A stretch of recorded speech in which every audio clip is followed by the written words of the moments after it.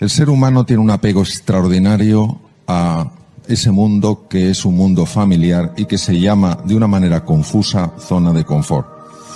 La zona de confort no necesariamente es cómoda. La zona de confort sencillamente marca un entorno familiar, es decir, algo conocido. Y verdaderamente, aunque el cerebro humano sí está preparado perfectamente para hacer frente a los desafíos, los cambios, la incertidumbre, la volatilidad, la complejidad, todo eso, la mente humana, por una serie de condicionamientos, no está nada a gusto con los cambios. Entonces nosotros lo que necesitamos es descubrir qué podemos hacer para navegar por esta tormenta con serenidad, con entusiasmo y con confianza. El ser humano ha de entender varias cosas. Primero, que cuando pasa por un momento de incertidumbre, un momento complejo que no puede controlar, eso se experimenta como sufrimiento. No es agradable y tenemos que ser capaces de trascender ese dolor, tenemos que ser capaces de trascender esa dificultad para crecer. Aquí es donde hay que poner en marcha un concepto que se llama resiliencia y nos recuerda un poco ese junco que cuando el viento le empuja se dobla, se pliega, pero no se quiebra. Y cuando el junco ya no está sometido a la presión tremenda del viento, ese junco vuelve. Es decir, la capacidad de resistir un determinado grado de deformación y la capacidad de recuperarse una vez que ha sido deformado, eso define la resiliencia. Entonces, cuando nosotros conseguimos ser resilientes, es decir, conseguimos no quebrarnos ante la presión, no quebrarnos ante el dolor, no quebrarnos ante la dificultad, no quebrarnos ante la incertidumbre, ese junco se hace más robusto. Y a ese junco en el futuro le deformarán mucho menos los acontecimientos exteriores y se recuperará mucho antes. ¿Nosotros cómo podemos ganar en resiliencia en esta situación? Pues nosotros tenemos que tener en cuenta que sea en el trabajo, sea en las relaciones personales con tus seres más queridos, sea con tus clientes, sea contigo mismo, contigo misma. Hay una serie de dimensiones presentes en todo ser humano que si las cuidamos es inevitable que aumentemos la resiliencia, inevitable. ¿Y por qué son tres dimensiones? Pues porque el ser humano es así, es como si vemos un precioso tapiz y ves que tiene 3 hilos de colores y si tú quitas uno de esos hilos, el tapiz ya no es el mismo. Uno de los colores correspondería a la dimensión física, a nuestra corporalidad, a nuestro cuerpo. La otra dimensión correspondería al aspecto mental, al funcionamiento de nuestra mente. Sabemos perfectamente que en el cuerpo se generan procesos mentales. Por ejemplo, sabemos que en el tubo digestivo hay un cerebro que tiene ni más ni menos que 500 millones de neuronas y que está afectando directamente a los estados de ánimo. También sabemos, por ejemplo, que el corazón tiene aproximadamente 45.000 neuronas y que está mandando simplemente con la frecuencia cardíaca un mensaje al centro del miedo en el cerebro para decir si el entorno es seguro o no. Es decir, no es el cerebro el que informa al corazón, es el corazón el que informa al cerebro. La mente, por tanto, es probablemente un puente entre el mundo de la energía y el mundo de la materialidad, o podríamos decir entre el mundo del espíritu concebido de una manera muy amplia y el mundo de lo material. Bien. Y la tercera dimensión es la dimensión anímica, es decir, es lo que trasciende al ser humano, es el interés por los demás, es el amor a la naturaleza, es por tanto celebrar siempre la diversidad, es no permitir ni que ideas políticas, ni que ideas religiosas, ni que ideas culturales puedan separarnos en lo más profundo que es nuestra humanidad, nuestro anhelo de estar juntos, nuestro anhelo de ayudarnos unos a otros a ser más felices y sufrir menos. Entonces, si nosotros cuidamos estas tres dimensiones, la dimensión física, la dimensión corporal, la dimensión mental, que obviamente está conectada como ese hilo con los otros hilos del tapiz, y la dimensión anímica, inevitablemente hay un aumento de resiliencia y de esta situación vamos a experimentar como consecuencia de esto un crecimiento. Es decir, después de esta situación traumática, que es la que es y que es dura y es desagradable, experimentaremos un crecimiento. Es decir, en lugar de quebrarnos, de ser un junco que se quiebra o un junco que se queda doblado y no puede volver a su situación de partida, nos convertimos en juncos mucho más flexibles y simultáneamente mucho más robustos. Es decir, pasamos de la consistencia del hierro a la consistencia del acero. El acero no solamente es más sólido que el hierro, sino que es más resiliente que el hierro. ¿Qué aspectos tenemos que cuidar en las tres dimensiones? La dimensión del cuerpo, la dimensión de la mente y la dimensión anímica, la dimensión del alma, entendida en un sentido amplio, como trascendencia, del verbo transcando, ir más allá de uno mismo, de su propio ego, de su propio yo. A nivel corporal hay que hacer varias cosas para cuidar el cuerpo, la dimensión corpórea. La primera cosa es el ejercicio físico. El sedentarismo acaba matando. Pero el ejercicio físico es importante para cuidar el cerebro. Está demostrado que cuando uno hace ejercicio físico, las posibilidades de caer en un proceso de ansiedad o depresión se reducen drásticamente. En segundo lugar, hay que cuidar la nutrición. Todos estamos experimentando estrés. El estrés no es más que la salida de lo familiar. Se activan automáticamente los mecanismos del estrés. Y cuando uno se estresa, se libera cortisol. Y el cortisol lo que quiere es llenar la sangre de azúcar. Entonces nos convertimos en personas ávidas de dulces.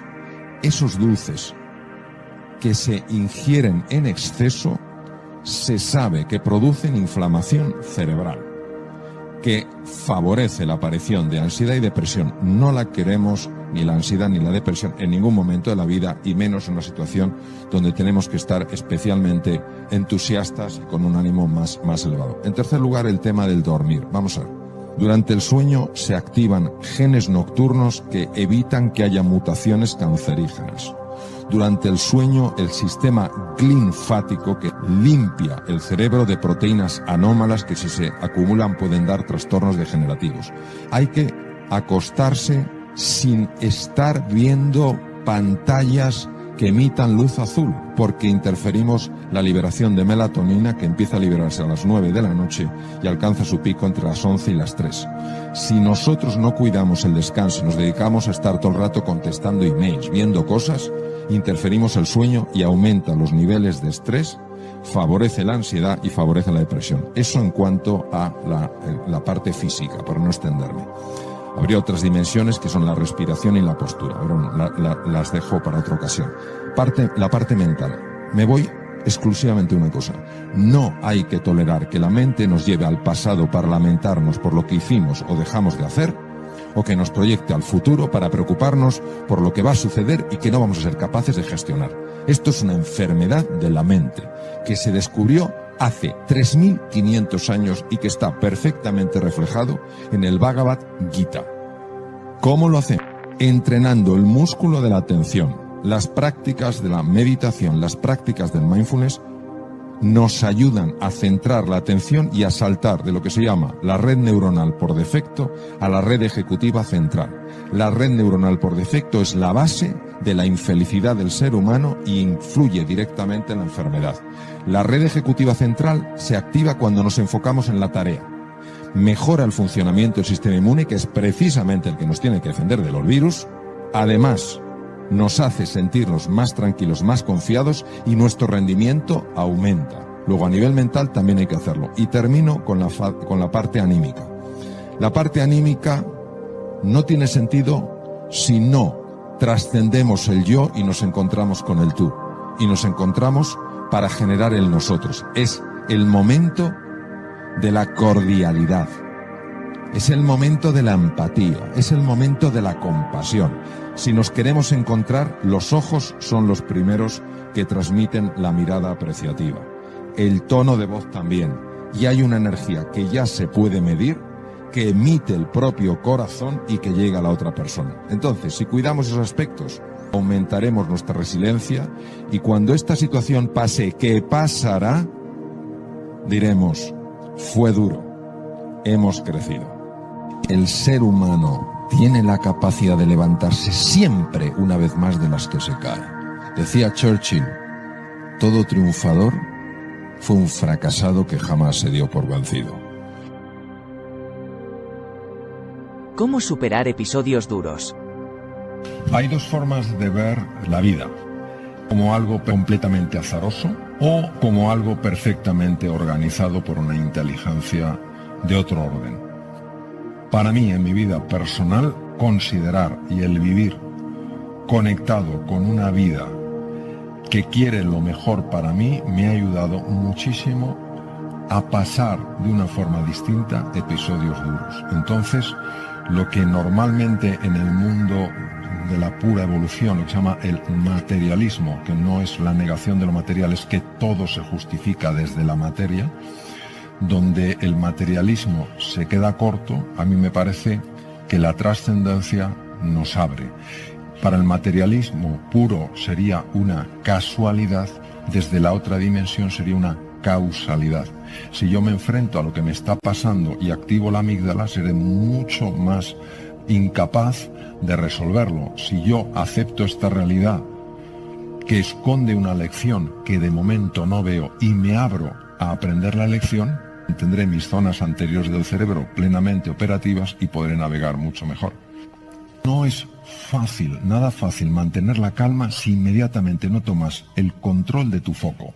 O sea, nada de buscar chivos expiatorios, nada de buscar culpables. ¿Dónde está la solución? Entonces, el foco es rapidísimo cuando tú tomas control en ese sentido. Entonces, ¿a dónde llevo yo el foco? El foco siempre a ganar, nunca a no perder. El foco a la solución, no al problema. El problema ya sabes que está.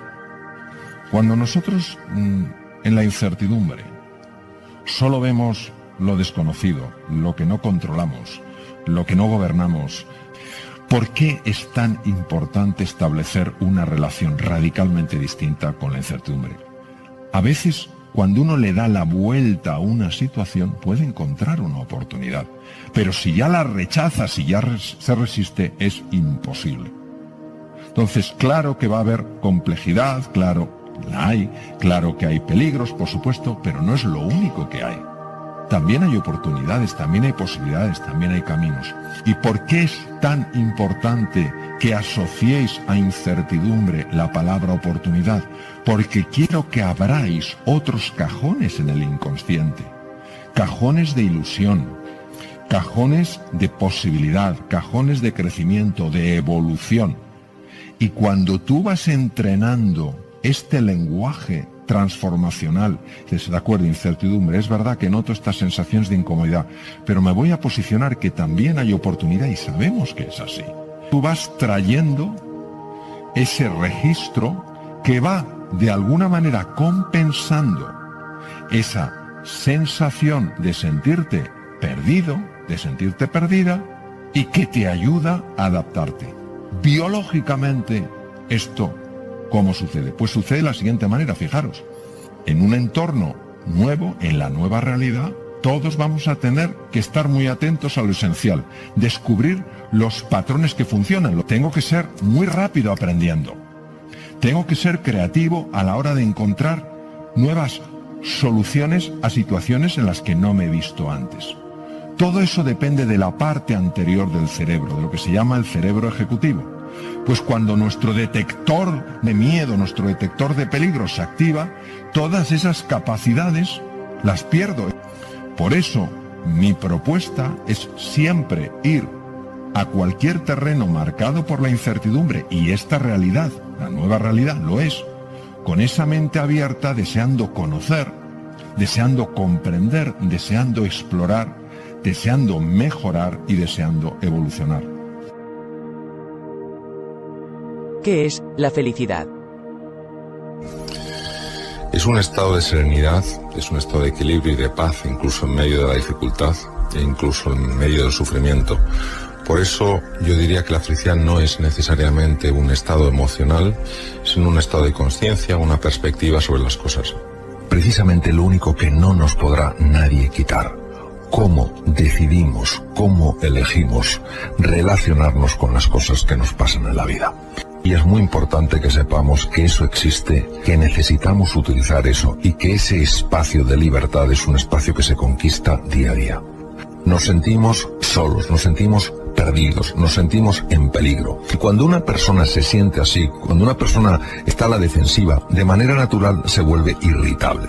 Cuando alguien está irritable, el comentario más nimio puede producir una sensación incómoda en esa persona y reaccionar de una manera, digamos, agresiva o violenta. Si nosotros fuéramos un poquito más conscientes de que solo se crece en compañía con las otras personas, que la cosa más hermosa del mundo es la generosidad, que hacer algo por los demás es la fuente de la felicidad.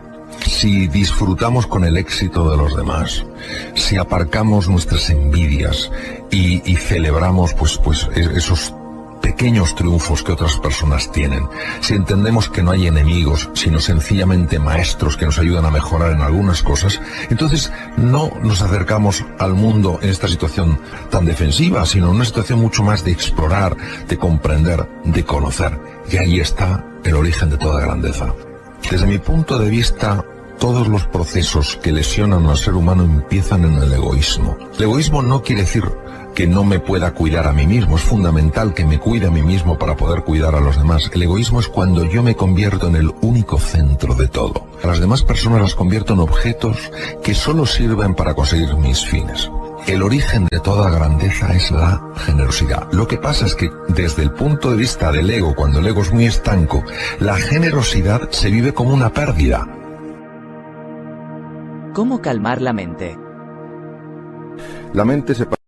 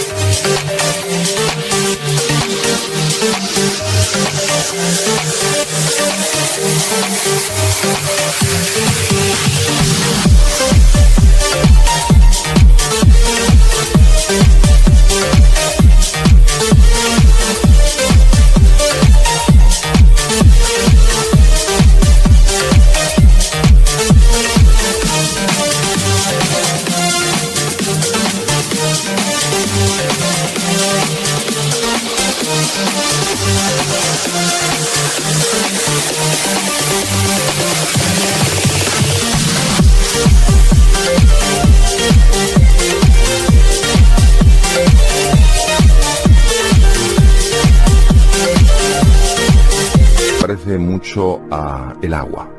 Cuando está agitada no se puede ver el fondo, no se puede ver lo que tienes en realidad, ni tus talentos, ni tus capacidades, ni tus energías dormidas. Es la única manera que yo he visto en la que realmente se puede calmar esa mente, es cuando nos observamos en lugar de juzgarnos. Cuando observamos nuestras emociones, cuando observamos nuestros pensamientos, es decir, cuando en lugar de ser los protagonistas de la película, nos convertimos en espectadores de esa película. Solo cuando uno tiene una distancia de perspectiva, puede conseguirse que esa mente se calme. La mente tiene dos formas, la forma agitada y la forma calmada. A la forma calmada a mí me gusta llamarla consciencia, que es el darse cuenta. Y a la mente agitada me gusta llamarla la mente confusa, la mente que enjuicia. Entonces, más que la no mente, es la mente tranquila. Se utiliza el concepto no mente porque para llegar a esa mente tranquila hay que penetrar en el silencio. Y la mente agitada no soporta el silencio. La mente agitada solo quiere que estemos constantemente pensando y constantemente moviéndonos. Para poder sacar partido al inconsciente hay que ser capaz de influir en el inconsciente. Al inconsciente solo se le influye o con imágenes o con emociones. Cuando usamos la imaginación y las emociones de una forma conjunta, el inconsciente siempre lo recoge. Es decir, al inconsciente no se llega con conocimientos, se llega con experiencias. El dominio de la atención puede ser incluso más importante que la inteligencia que una persona tenga. Saber concentrar la atención en lo relevante y alejarse de tontunas y de distracciones es lo que permite realmente que el aprendizaje tenga lugar. La atención hay varias formas.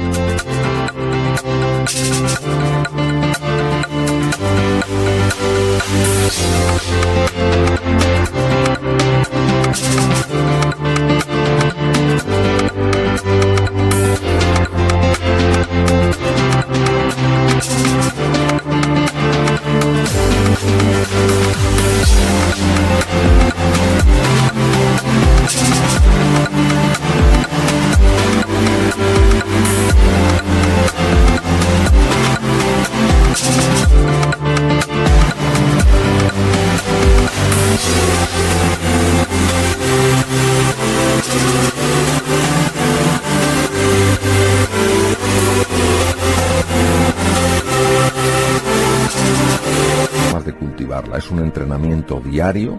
Una de las formas más potentes que se ha encontrado es lo que se llama mindfulness o atención plena. Este ejercicio de la atención es muy importante y ayuda muchísimo en la vida. Segundo tema es efectivamente el tema de la nutrición. El cerebro solo puede consumir glucosa y oxígeno. La glucosa hay que dársela al cerebro de una forma continua. Hay que comer entre 5 o 6 veces y fundamentalmente hidratos de carbono que liberen el azúcar de una forma progresiva, no en picos. En tercer lugar, para mantener la atención es esencial dormir de forma constante un mínimo de 7 horas, entre 7 y 8 horas. El ideal son 8. Cuando reducimos las horas de sueño, supuestamente en beneficio de la eficacia, la atención baja radicalmente. Y hay otro punto, que es el ejercicio físico. El ejercicio físico es muy importante porque mejora clarísimamente la atención.